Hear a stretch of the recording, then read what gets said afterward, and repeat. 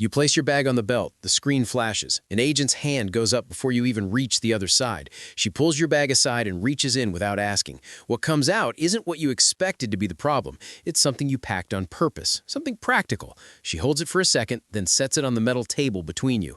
Your boarding time is in 12 minutes. The system already decided this wasn't flying with you. This isn't about dangerous items anymore. TSA's enforcement in 2026 runs on pattern detection, scanner triggers, and automated flagging systems that decide before a human even looks. Officers aren't making judgment calls on most confiscations. The X-ray software is. It's been trained on millions of flagged bags to identify shapes, densities, and material compositions that match prohibited item profiles. What looks innocent to you looks identical to a threat on their screen.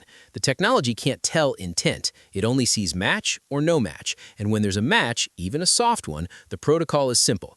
Pull the bag, inspect the item, make the call. These flags aren't random bad luck. They're deliberate design. Certain items get stopped more because they fit profiles the system is actively searching for. Others trigger secondary screening not because they're banned, but because they require human verification that machines can't provide.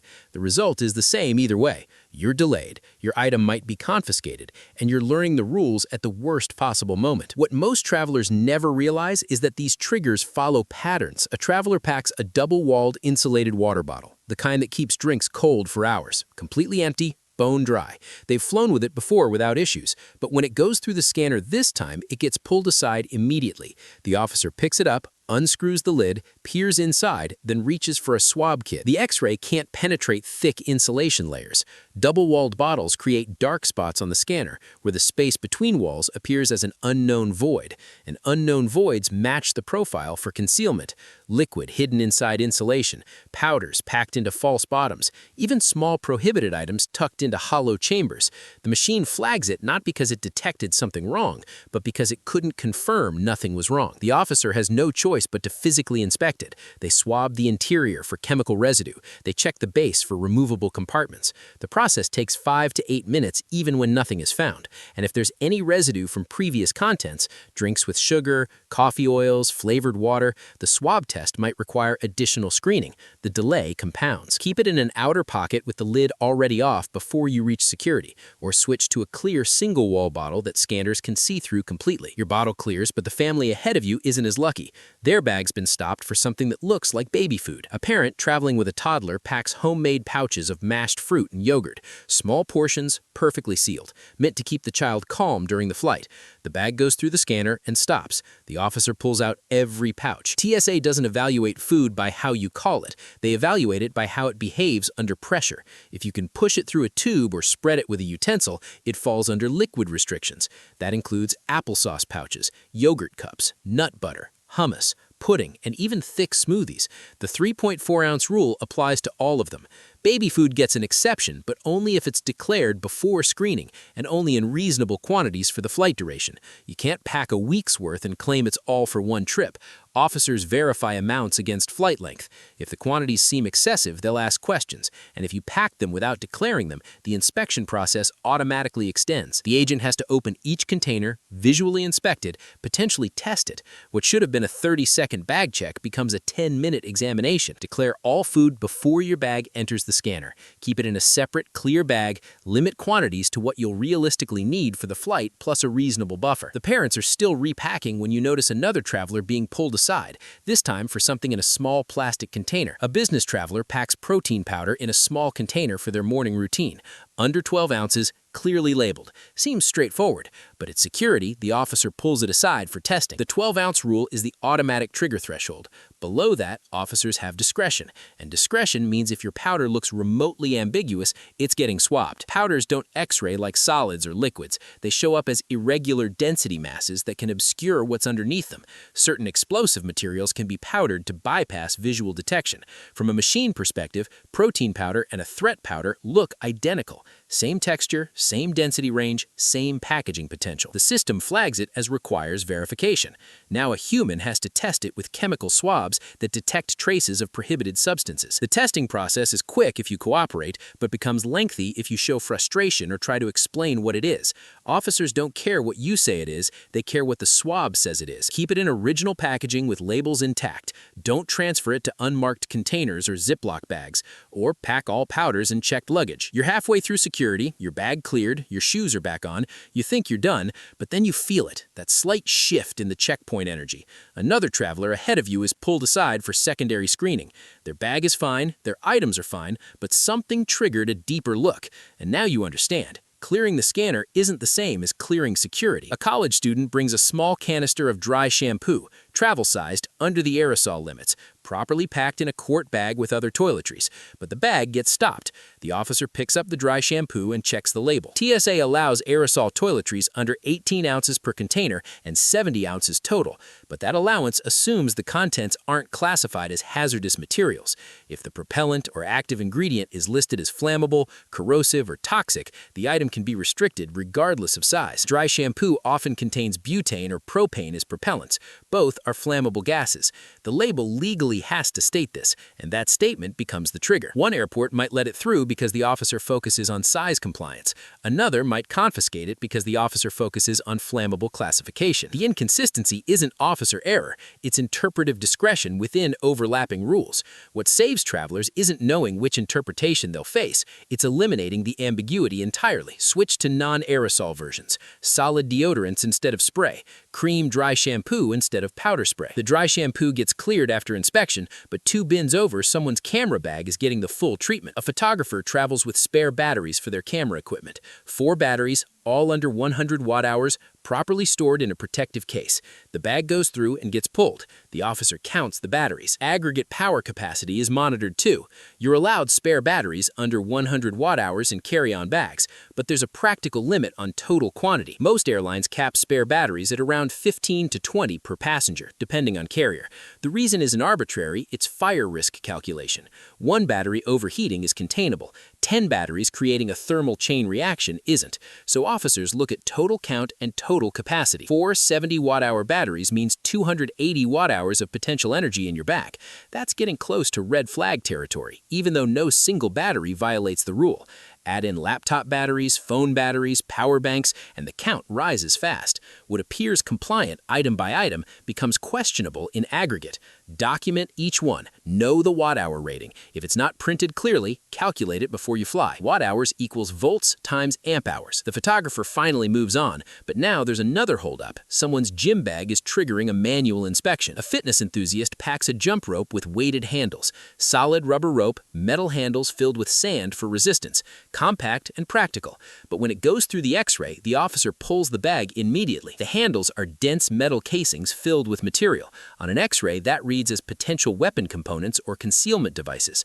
The rope itself is harmless, but the handles flag because dense objects with unknown interior contents match the profile for improvised weapons, metal pipes, weighted clubs, impact tools. The scanner can't tell the difference between sand-filled fitness equipment and something dangerous. The officer has to physically inspect it, potentially disassemble it if the filling isn't clearly visible.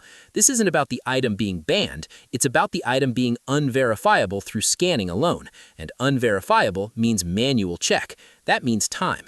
The inspection might take 2 minutes or 15 depending on how cooperative you are and whether the officer needs supervisor approval. Pack them in checked luggage or be prepared to remove them from your bag before scanning and explain them before the officer discovers them. You're thinking you've seen it all when someone 3 lanes over gets stopped for what looks like a souvenir. A traveler brings a sealed snow globe as a gift. Beautiful winter scene, roughly the size of a softball, carefully wrapped and packed in clothing for protection. The bag gets stopped. The officer pulls out the snow globe. Snow globes are liquid-filled decorative items. Most contain 4 to 8 ounces of water or glycerin to create the snow effect. That exceeds the carry-on liquid limit. The fact that the liquid is sealed inside glass doesn't create an exception. The quantity is what matters, not the container type, not the purpose, not whether you can access the liquid, the volume itself.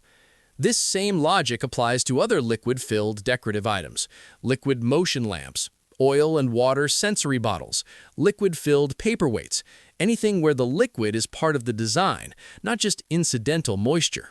If the item holds more liquid than the limit allows, it's not flying in your carry-on. You either check it or leave it. The confusion comes from assuming decorative means exempt. It doesn't. Decorative just means non-functional. It's still a container of liquid. The snow globe gets confiscated, and you're almost through when you see someone frantically emptying their pockets. They forgot about their keychain. A traveler carries a multi-tool on their keychain. Tiny, barely 2 inches long. It has a small blade, maybe half an inch, a bottle opener, a flathead screwdriver. It's been on their keys for years. At security, the officer removes it from the bin. This is the rule with zero flexibility. Blades of any size are banned from aircraft cabins. Not blades over a certain length, not blades that look dangerous, all blades, period. The size exception travelers expect doesn't exist. A half-inch blade violates the rule just as much as a 6-inch blade. The reasoning is consistent threat potential. Any sharp edge can be used to threaten crew or passengers. The size of the blade doesn't reduce that potential enough to justify exceptions. So the rule is absolute. No blades in carry-on. This extends to multi-tools with any cutting edge, scissors over 4 inches from the pivot point, razor blades not in a cartridge, box cutters of any size, utility knives, even some nail clippers with attached files get questioned if the file looks sharply pointed. The consequence is always confiscation. Officers don't hold blades for you to retrieve later. They don't mail them to your destination. Once a blade is identified in carry-on, it's disposed of. The multi-tool is gone, but the person behind you is having an even stranger problem. Their portable speaker just triggered an alert. A traveler packs a Bluetooth speaker. Compact, well-made, the kind with a built-in rechargeable battery. It's in their personal item bag, easily accessible, but when the bag goes through, the officer pulls it aside. Speakers with non-removable lithium batteries create a verification problem. The officer can't see the battery's watt-hour rating without disassembling the device, and manufacturers don't always print specs on the exterior. Most portable speakers fall well under the 100 watt-hour limit for carry-on batteries, but the officer doesn't know that by looking at it. The X-ray shows a dense battery cell inside an electronic housing. That triggers a manual inspection to verify it's not over the limit or damaged in a way that could cause thermal runaway. The speaker might be perfectly compliant, but the verification process still takes time. Officers may ask you to power it on to prove it functions correctly. They may measure it, weigh it, or look up the model number. All of this happens while you're standing there waiting. Keep the product documentation or a photo of the specs accessible. You watch the speaker get cleared, and you're finally at your gate when you overhear someone ahead arguing about what looks like a regular power bank. A business traveler carries a high-capacity power bank, 25,000 milliamp hours, big enough to charge a laptop twice. It's in their carry-on, clearly visible. The officer stops the bag and examines the power bank closely. Most travelers don't realize that power banks are rated in milliamp hours, but TSA enforces limits in watt-hours. The conversion requires knowing the voltage. Most power banks operate at 3.7 volts, so 25,000 milliamp hours at 3.7 volts equals 92.5 watt-hours. That's under the 100 watt-hour limit for carry-on. But if the traveler doesn't know this and the officer has to calculate it, the process extends. And if the power bank doesn't clearly display voltage anywhere, the officer has to make a judgment call. Some get waved through, others get confiscated because the officer can't verify compliance. The inconsistency frustrates travelers who carry the same power bank through multiple airports with different outcomes. Know its watt-hour rating before you fly. If it only lists milliamp hours, calculate watt-hours yourself. Write it on a piece of tape on the device or keep a screenshot of the calculation. The power bank clears after calculation, but now there's another delay 2 bins away. Someone packed their laptop charger in a way that's creating problems. A traveler packs a laptop charger, with the cord wrapped tightly and secured with rubber bands. Neat, organized, space-efficient. But when it goes through the X-ray, the officer stops the bag immediately. Tightly wrapped cables create dense coils on the X-ray that obscure what's inside them. To the scanner, a tightly bundled cable looks like a mass of overlapping wires that could be concealing something. Detonator wires, modified components, items tucked inside the loops. The officer can't verify it's just a charger without seeing it unwrapped and spread out. This same issue happens with any tightly coiled cables. Headphone cords wound into tight circles, extension cords wrapped around themselves, USB cables bundled with twist ties. The tighter the coil, the denser it appears, and density triggers inspection. Leave them loose or use cable organizers that keep them visible. Velcro straps are better than rubber bands because they create less compression. Ideally, lay cables flat in an outer pocket where they scan cleanly. What separates travelers who move through security smoothly from those who don't isn't luck. It's not familiarity. It's understanding that enforcement isn't personal. It's systematic. When your bag gets stopped, it's because something triggered a protocol. When an item gets confiscated, it's because a rule was applied.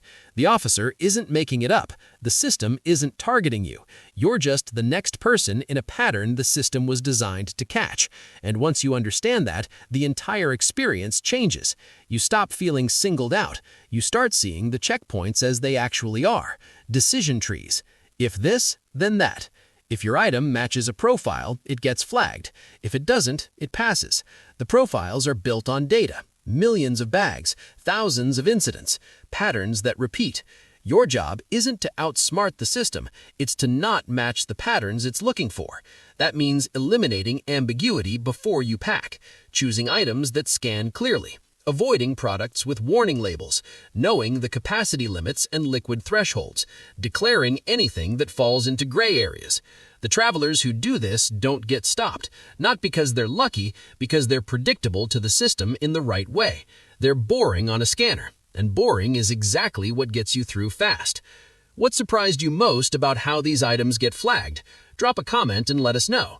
And if this helped you see airport security differently, make sure you're subscribed. We're breaking down the systems most travelers never see, one checkpoint at a time.